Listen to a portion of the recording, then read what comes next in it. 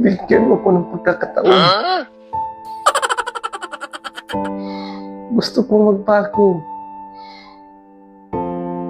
Bakit hindi mo ako pakinggan? Di namin papakinggan! Of course, Dad wanted you and Freddy dead. Sayang nga lang, si Freddy lang ang napatay. Gusto nyo rin kagmamatay na ko? Gusto na dyan kagmamatay na ko? No! Hindi ay, sa iyo anak mo. I wanted you alive.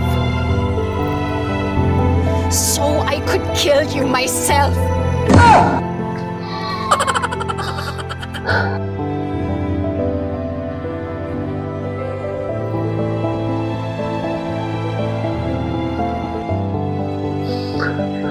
Iris,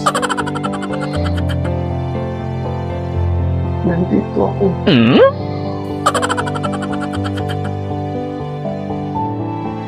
Humingi ng patawad sa'yo. Pero hindi andyan ka.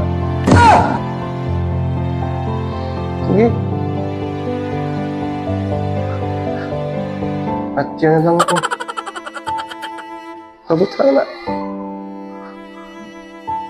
Pabutan na imong 45 eh. Dari ko. Dari ko dito kami.